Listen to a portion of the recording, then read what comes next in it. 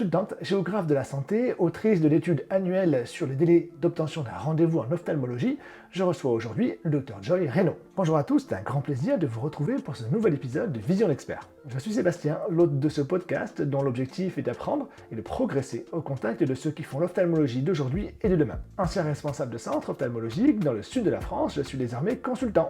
J'aide des ophtalmologues à s'installer, je réalise des audits avec préconisation, je recrute et je forme des responsables de centre et je forme les médecins et leurs managers sur de nombreuses thématiques comme l'optimisation des cotations et le développement de leur chiffre d'affaires. Aujourd'hui, vous allez découvrir une docteure, mais pas en ophtalmologie, en géographie. Elle nous explique son métier de géographe de la santé et nous commente l'évolution de l'obtention d'un rendez-vous en ophtalmo. Je ne vous en dis pas plus, je vous laisse regarder l'interview tournée il y a quelques jours et je vous retrouve juste après pour la conclusion. L'enregistrement est lancé, notre rendez-vous aujourd'hui, Joy Reynaud, docteur Joy Reynaud, mais un docteur atypique, elle va nous l'expliquer. Alors, bienvenue déjà. On va voir aujourd'hui ton parcours, évidemment, avec ta vision on ne peut plus éclairée sur les déserts médicaux et au-delà sur l'accès aux soins, du point de vue du patient, mais également du point de vue du médecin. Est-ce que ça te va comme programme? Oui, avec plaisir. Super, mais écoute, je vais, comme d'habitude, te laisser te présenter, s'il te plaît. Eh bien, je suis, ravie d'être à tes côtés. Je suis docteure, en géographie et aménagement du territoire et là, on me dit: «La géographie?» mais alors c'est placer des préfectures sur des départements, c'est bien ça? Eh ben, pas tout à fait, c'est ce qu'on faisait à l'école primaire, mais à l'université, il y a tout un champ passionnant de la géographie. C'est une science passionnante. Qu'est-ce que c'est, en fait, en quelques mots? C'est la science des territoires. C'est-à-dire la science de l'organisation et de la différenciation de l'espace. Et donc, il y a plein de champs différents de la géographie. Son rôle majeur, c'est qu'elle permet la compréhension et les enjeux de nos sociétés. Donc, c'est vraiment important à l'heure actuelle, ça me paraît être une science vraiment d'actualité. Comment fonctionne la planète à l'interface entre la société et les territoires. Dans la géographie humaine, celle qu'on connaît le mieux, c'est la géographie, politique. La géopolitique, on en entend beaucoup parler avec, la guerre actuellement, mais aussi à la géographie, économique, industrielle, la géographie de l'agriculture, du tourisme, des transports. Il y a également l'aménagement du territoire, il y en a plein. Tout ça pour dire que c'est vraiment vaste, c'est riche comme domaine et moi je me suis spécialisée dans la géographie de la santé parce que c'est vraiment l'un des domaines qui me tient le plus à cœur. On est, au cœur du quotidien là aussi des gens et la santé du premier recours au second recours, à l'hôpital de pointe. Il y a une interface très forte avec les territoires et c'est quelque chose de particulièrement passionnant. Et ce qu'il y a de bien dans cette discipline qui me touche particulièrement, c'est l'aspect multiscalaire. C'est-à-dire que c'est une science dont le raisonnement est toujours, à plusieurs échelles, de la plus petite à la plus large des échelles. Qu'est-ce qui se passe? Comment qu'est-ce que, comment, quels sont les facteurs qui vont influer sur chacune des échelles analysées? Et c'est ce qui est pour moi le plus important et c'est une clé, comme une autre, de compréhension de notre monde actuel. Et à chacune de ces analyses, il y a une dimension prospective qui est forte. Qu'est-ce qu'on en fait demain? Voilà ce qui se passe aujourd'hui, voilà ce que l'on peut interpréter par l'interface entre la société et les territoires, mais qu'est-ce qu'on fait demain de ce territoire et de cet espace-là pour cette société donnée? Voilà en quelques mots, la géographie. Ça va un petit peu plus loin que la préfecture.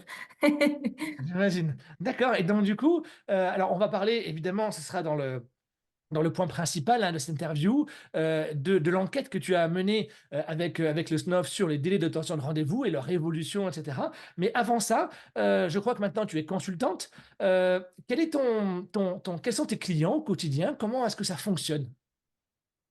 Eh bien, j'ai de la chance parce que j'ai des clients vraiment, passionnés, presque autant que moi, je crois, hein. Ce sont essentiellement des libéraux, que ce soit des professionnels de santé, médicaux ou non. Il y a aussi des cliniques et des CHU, mais vraiment le cœur, ce sont les libéraux. Ils viennent, souvent avec, des interrogations, des besoins pour et des clés, des besoins de méthode pour analyser les territoires et les inégalités d'accès aux soins sur les territoires, qui s'expriment souvent en termes d'inadéquation entre l'offre et la demande de soins sur un territoire. Donc voilà, c'est vraiment ce que j'étudie le plus et j'ai dans mon activité de consultante, j'ai de la chance de ne fonctionner que par bouche à oreille et donc je n'ai pas de site internet dédié ou d'explications, sur ce que je peux faire. Donc ça se passe très, très bien, avec les différents clients et différentes professions qui viennent me consulter dans cette thématique-là. D'accord, c'est très vaste comme, comme métier du coup, hein. Et donc du coup avec des missions complètement différentes. C'est quoi la durée moyenne d'une mission? S'il y en a une? Alors c'est assez variable. Je dirais que à partir du moment, le point crucial dans chaque mission, c'est de bien comprendre les attentes et les besoins qui sont formulés, souvent avec d'autres mots que ceux de la géographie, donc souvent des termes plus médicaux. Heu et donc il faut bien comprendre. Une fois qu'on a analysé le besoin, la mission peut aller d'1 mois à 3 semaines. Je travaille en général assez vite sur des missions plutôt courtes et ciblées. Moi, mon objectif, c'est de mener une réflexion et de donner des arguments, en fait, aux professionnels de santé, d'objectiver les faits. Par exemple, hem, ça a été d'ailleurs le thème de ma thèse que j'ai faite sur l'accès aux soins en 2013. Pour vous raconter un petit peu, à l'époque, on disait qu'en France, la principale difficulté d'accès aux soins, elle était liée, à la capacité financière du patient à pouvoir payer un soin. C'était le principal obstacle. Ensuite, dans ce qui était communément admis d'un point de vue académique et par les tutelles, c'est l'aspect géographique. C'est-à-dire que, il y avait des déserts médicaux à l'époque, en 2013, essentiellement dus au fait que les gens habitaient loin des médecins, en campagne, en milieu rural. Et j'ai souhaité, justement faire un état de l'art assez poussé, heu, en géographie à l'échelle, internationale, pour savoir s'il n'y avait pas d'autres dimensions qui pouvaient bloquer l'accès aux soins. Et ensuite mener une enquête très concrète sur les territoires pour savoir quel était le principal obstacle pour la population pour consulter un généraliste et spécialiste. Et là, ça a permis d'objectiver les faits et c'était pas du tout l'accès financier, ni l'accès géographique qui était un problème.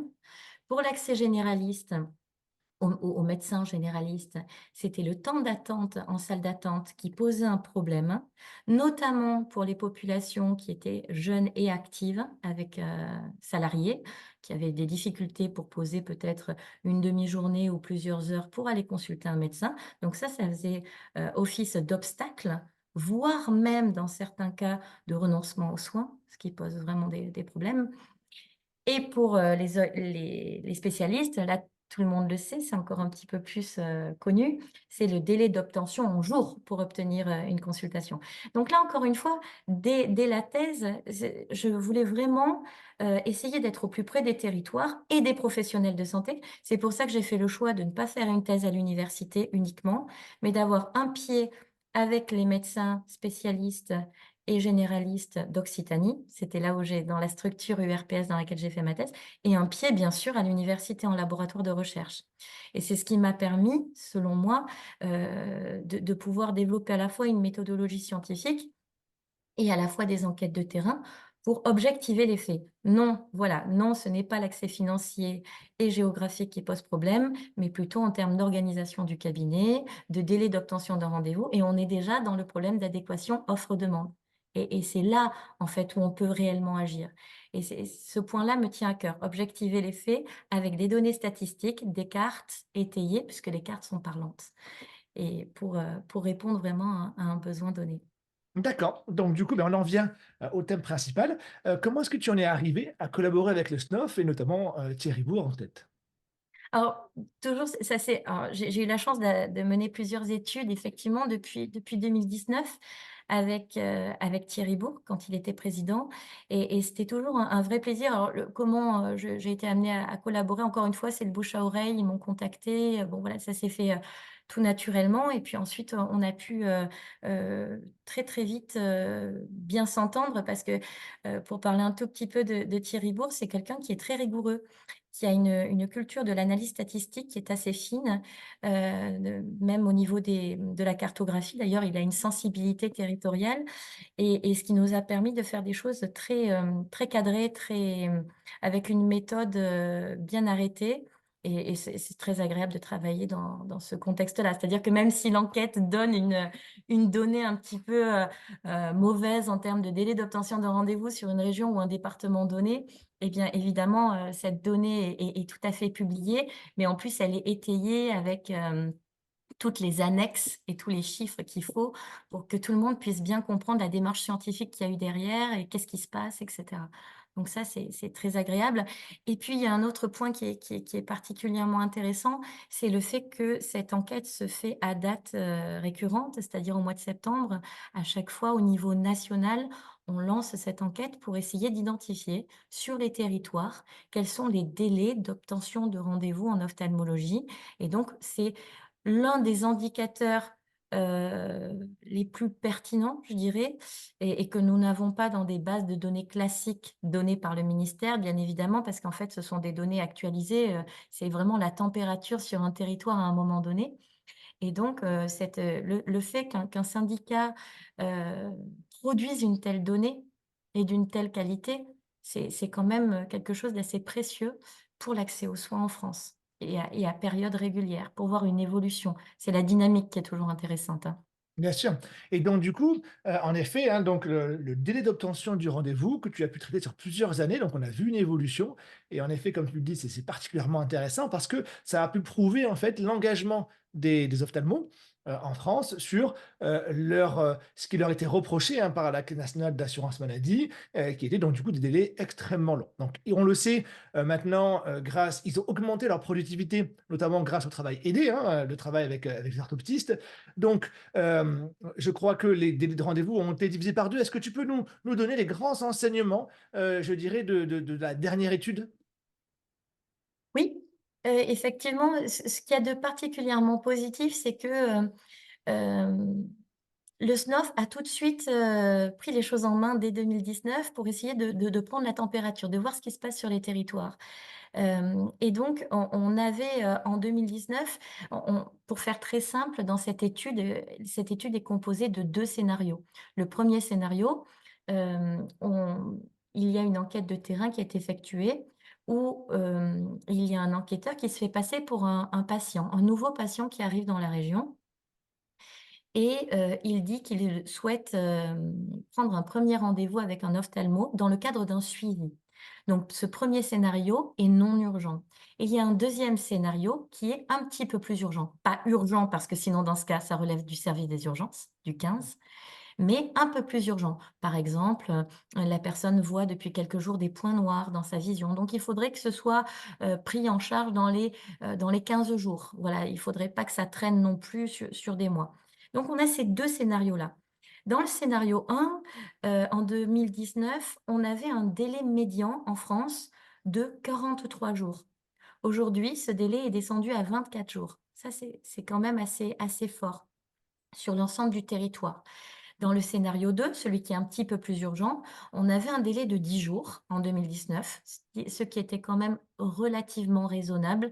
Mais bon, après, il y a toujours l'inquiétude du patient. Alors, il y a le raisonnable pour le médecin parce que lui sait ce qu'a le patient et il sait que ça peut attendre. Et puis, le patient qui, lui, peut-être est particulièrement stressé par des visions oculaires, etc., des difficultés. Et là, ce délai de 10 jours, ce délai médian, est passé à 4 jours actuellement. Alors, c'est sûr, à partir du moment où on descend à l'échelle de la région, du département et puis, du bassin de vie de la population, il y a des hétérogénéités qui restent encore fortes. Mais globalement, on est rassuré de ce point de vue-là. Ça y est, le travail aidé a permis de désengorger, les flux malgré tout et il y a aussi un autre phénomène qui nous a été enseigné par une autre étude, c'est, le développement de sites secondaires. On a regardé, ça c'était très intéressant encore une fois, c'est vraiment une analyse géographique, où s'installent, les jeunes, ophtalmologistes qui ont terminé leurs études, où se passent leurs premières installations. Et on a été très agréablement surpris par le fait qu'environ 20 d'entre eux s'installent dans des zones déjà vraiment très sous-dotées en ophtalmo. Donc qu'est-ce que ça fait? Ça veut dire que le maillage de l'offre de soins en ophtalmologie s'équilibre peu à peu.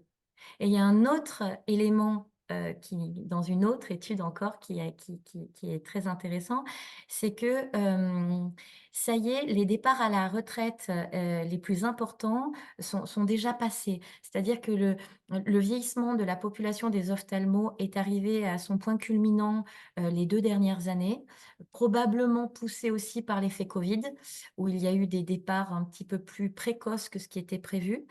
Et là, on arrive à un rajeunissement, et ça, c'est important, de la population des ophtalmos. Ils étaient en moyenne, l'âge moyen était à 56 ans en 2017, et aujourd'hui, il est à peu près autour de 53 ans. Donc, encore une fois, c'est la dynamique qui importe. Et là, ce sont que des indicateurs très positifs pour l'accès aux soins. Alors, tu le disais, on va revenir sur, certaines petites choses qui sont importantes à mon avis. Délai médian, en effet 24 jours, c'est pas beaucoup, mais ce que je peux parfois, constater et notamment dans ma région, puisque sur Perpignan, hein, pour le citer, il y a pas de délai. D'accord? On peut trouver un rendez-vous dans la semaine. Parfois même le jour même. Pourquoi? Centres de santé qui sont installés, beaucoup d'ophtalmos et puis c'est une super région, c'est pour ça aussi évidemment. Mais par contre, je rencontre régulièrement des personnes que je connais qui me disent: «Oh, bah, c'est vrai que les délais, dans l'ophtalmologie, c'est pas terrible». Ça veut dire qu'en réalité, le sentiment du patient est parfois pas du tout en adéquation avec le résultat d'une enquête, comme celle-ci, quoi. Mais Comment il n'y a pas que tu le il y a pas que le sentiment des patients, il y a aussi parfois le sentiment des tutelles, puisque là justement, les tutelles, on va revenir, hein, je n'élude pas ta question, mais les tutelles ont dit que les délais, d'accès aux soins ne baissaient pas. mmh, Donc c'est et qu'il fallait augmenter la délégation de tâches c'est et ça. donner plus de tâches et donc de prérogatives aux opticiens et aux orthoptistes. Donc tu as parfaitement raison, et pour les patients, effectivement, il y a une forme d'inertie peut-être, où ils ont été particulièrement, marqués par des événements passés, il y a 5 ans où les délais étaient encore bien plus élevés et peut-être après, et qu'effectivement, il faut qu'il y ait une information qui arrive, une prise en compte des nouveaux délais, et cetera. Et encore une fois, on en revient au fait d'objectiver les choses. C'est là où l'analyse statistique, le bon indicateur, la bonne étude au bon moment permet aussi de communiquer, d'informer et d'accélérer un petit peu cette prise de conscience sur les nouvelles conditions de l'accès aux soins. Et je peux aller un petit peu plus loin parce que c'est vraiment le cœur de mon travail et c'est ce qui me motive le plus. Une fois qu'on a objectivé les faits, en fait, ça apporte de la transparence. Et cette transparence permet aussi, à son tour, une meilleure évaluation. Qu'est-ce qu'on évalue vraiment? Qu'est-ce qu'on regarde vraiment? Qu'est-ce qui marche? Qu'est-ce qui ne marche pas? Est-ce qu'il y a vraiment un gain en termes d'accès aux soins pour la population ou pas? Et donc, en fait, on part sur des très bonnes bases. Et je regrette quand il y a des études qui ne sont pas faites et que on prend des positions un peu dogmatiques, universitaires parfois, en disant non, c'est l'accès financier qui prime, non, on sait que par principe, les délais d'ophtalmo sont très longs partout. Eh bien non, voilà, les choses sont en dynamique et c'est là où c'est important de mener la bonne étude au bon moment et avec la méthode la plus rigoureuse qui soit, en fait. D'accord. Ah parce que, c'est vrai que tu le disais que, la Caisse nationale, en tout cas les tutelles, continuent de mettre la pression, hein, pour que les délais continuent à baisser. Sauf que, ben, on le voit dans les grandes métropoles, hein, que ce soit Paris, Lyon, Bordeaux ou Marseille, désormais, un jeune ophtalmo qui veut s'installer, ben, il remplit pas. Il remplit pas tout de suite, quoi. Donc il remplit pas, même sur Perpignan d'ailleurs, hein, il ne remplit pas tout de suite, il va pas remplir ses 5 jours s'il veut consulter 5 jours, par exemple. Et donc du coup, on ne peut pas réduire parce qu'en plus on parle de délai médian, hein, et donc du coup, nationalement, forcément, vu qu'il y a quand même des zones beaucoup moins peuplées et on va dire beaucoup moins intéressantes peut-être pour les ophtalmos qui sont souvent formés dans les CHU sur des grandes villes, que, où est-ce que va être mis, la barre et comment est-ce qu'on va, à quel moment on va s'arrêter finalement? Oui, ben, c'est vrai que à partir du moment où ils ont la libre installation, hein, le choix de l'installation, ce serait dommage dans tous les cas d'envisager une quelconque coercition, et je dis ça surtout pour les médecins généralistes parce qu'en fait, à part les décourager, par rapport à d'autres, professions médicales qui peuvent avoir des rémunérations plus élevées, des contraintes d'emploi du temps moindres et cetera, c'est pas du tout la bonne solution. Mais Alors, la principale piste, celle qui marche au-delà de la coercition, auquel je ne crois pas du tout, ce qui me paraît, bien par contre effectivement et il y a plusieurs études récentes qui sont à l'échelle internationale qui sont allées dans ce sens, c'est, le lieu de formation. Effectivement, le lieu de formation a un impact assez fort et le professionnel de santé alors c'est surtout vrai dans les soins de premier recours. Mais le professionnel a tendance à rester dans le bassin de vie, du lieu de formation et ça, c'est un point, ce serait un point assez intéressant à développer pour essayer encore une fois de rééquilibrer davantage le territoire. Mais les choses sont plutôt positives concernant les ophtalmos, puisque de même, dès la première installation, un nombre non négligeable souhaite s'installer dans des milieux peu denses en ophtalmo, c'est ce que je disais tout à Oui. l'heure, mais aussi développer des consultations dans des sites secondaires. Et ils sont prêts à faire parfois 100 kilomètres, quelques jours par mois, pour proposer une offre de soins complémentaire dans des territoires où l'accès aux soins est relativement faible.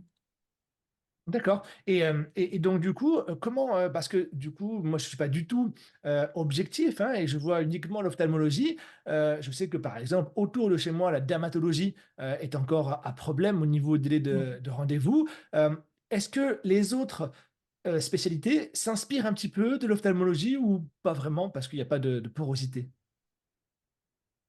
Faudrait leur demander parce que là, c'est vraiment le président des syndicats qui pourrait, davantage, répondre à votre question. J'ai l'impression qu'il y a des choses qui se passent dans les autres syndicats, notamment au niveau des regroupements, des associations qui peuvent créer entre eux, pour améliorer l'offre de soins sur les territoires. On sait qu'il y a des choses qui se passent un peu sur le même modèle que la médecine générale et l'offre de soins de premier recours.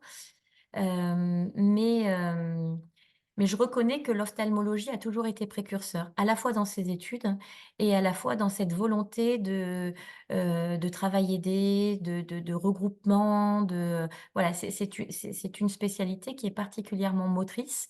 Je pense que du coup, elle va inspirer les autres spécialités parce qu'il y a effectivement des problèmes d'accès terribles quand je vois, par exemple, la pédiatrie, la chirurgie infantile, la psychiatrie.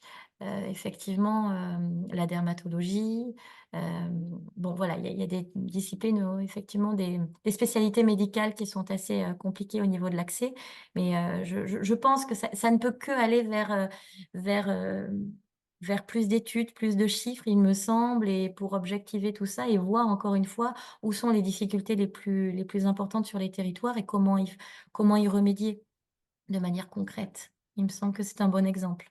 D'accord, donc du coup, au niveau de tes études, notamment pour le SNOF, on te demande de la prospective ou pas du tout? Tu te on concentre, on va dire, sur plutôt relever ce qui s'y passe et puis ensuite la prospective, ben, on verra, l'année suivante. Je pense que la prospective, est un temps qui va venir justement. Là, on était dans l'urgence quand même, parce qu'il y avait des délais qui étaient très forts. La prospective, c'est quelque chose que les professionnels et les tutelles peuvent envisager, lorsqu'on est, sorti de la situation, d'urgence et de difficulté, là, on voit que les délais ne cessent de s'améliorer. L'idéal serait de passer en dessous de la barre des 15 jours. Hein, les 15 jours en délai médian, c'est ce qui est tout à fait acceptable pour l'ensemble de la population. Pour un suivi, je parle, hein, Bien même sûr. pas pour une situation urgente, donc Mmh ça mh. me paraît tout à fait, donc à partir du moment où il y aura une harmonisation et qu'il y aura, le moins d'hétérogénéité spatiale dans les délais, je pense que ce sera le bon moment aussi pour réfléchir à la prospective, réfléchir à l'évolution de l'âge au départ à la retraite, ce qu'on fait déjà, hein, mais on pourra davantage se projeter avec des données un petit peu plus stables, post-Covid notamment, suite au départ à la retraite également. Ouais, il y a plusieurs facteurs là en ce moment où on dépasse un pic et les choses vont se stabiliser et on va pouvoir effectivement, envisager une prospective un petit peu plus sereine, pour éviter justement les difficultés, d'accès aux soins d'ici un horizon de 5 à 10 ans.